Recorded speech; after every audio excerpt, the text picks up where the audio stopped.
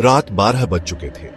राघव एक किताब में डूबा हुआ था, जो उसके अंधेरे कमरे में रोशनी का एकमात्र झरिया थी। अचानक उसके नाइट स्टैंड पर रखे फोन की घंटी बजी। स्क्रीन पर एक अनजान नंबर चमका। वो हिचकिचाया, फिर फोन उठाया। हेलो, उसने कहा। नींद की वजह से उसकी आवाज थोड़ी भारी थी। एक भारी कर्कश आवाज, अजीब और अनजानी। बोली, इसका पछतावा होगा तुझे राघव। राघव के चेहरे पर शिकन आ गई। कौन है ये? उसने पूछा। उसकी आवाज में चिढ़ पैदा हो रही थी, लेकिन लाइन कट चुकी थी। वो एक पल के लिए फोन को घूरता रहा।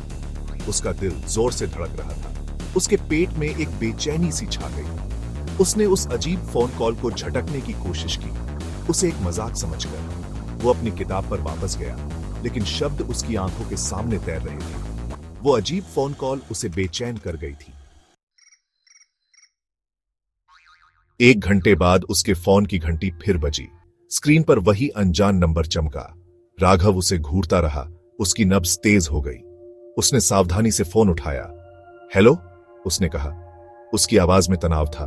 वही खौफनाक आवाज दूसरी तरफ से गूंजी। क्या तुझे लगा मैं मजाक कर रहा था राघव? तेरा समय खत्म हो रहा है। डर राघव के गले में सांप की तरह लिपट गया। ये कोई मजाक नहीं था। वो हकलाते हुए बोला, कौन हो तुम? क्या चाहते हो तुम? लेकिन दूसरी तरफ से सिर्फ खामोशी थी। फिर लाइन कट गई। राघव अब पक्का यकीन कर चुका था कि यह एक गंभीर धमकी थी। वो अब इसे नजरअंदाज नहीं कर सकता था। उसने तुरंत पुलिस को फोन किया। उसके हाथ कांप रहे थे।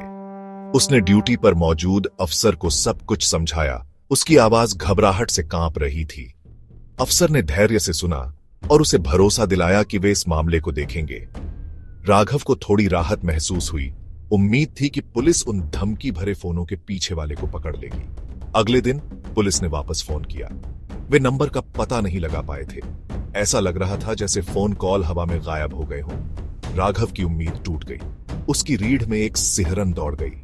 वो अकेला था, एक अनदेखे अनजान दुश्मन का सामना कर रहा था।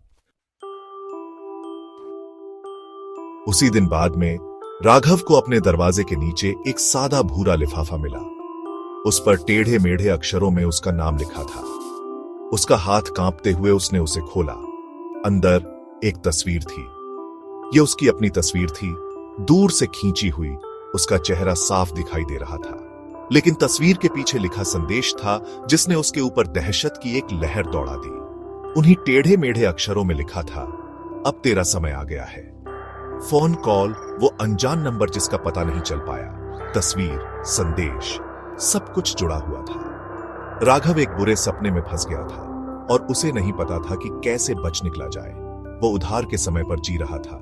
उसकी जिंदगी अब परछाई में छिपे एक पीछा करने वाले के रहमो करम पर थी। ये तो बस उसके अत्याचार की शुरुआत थी।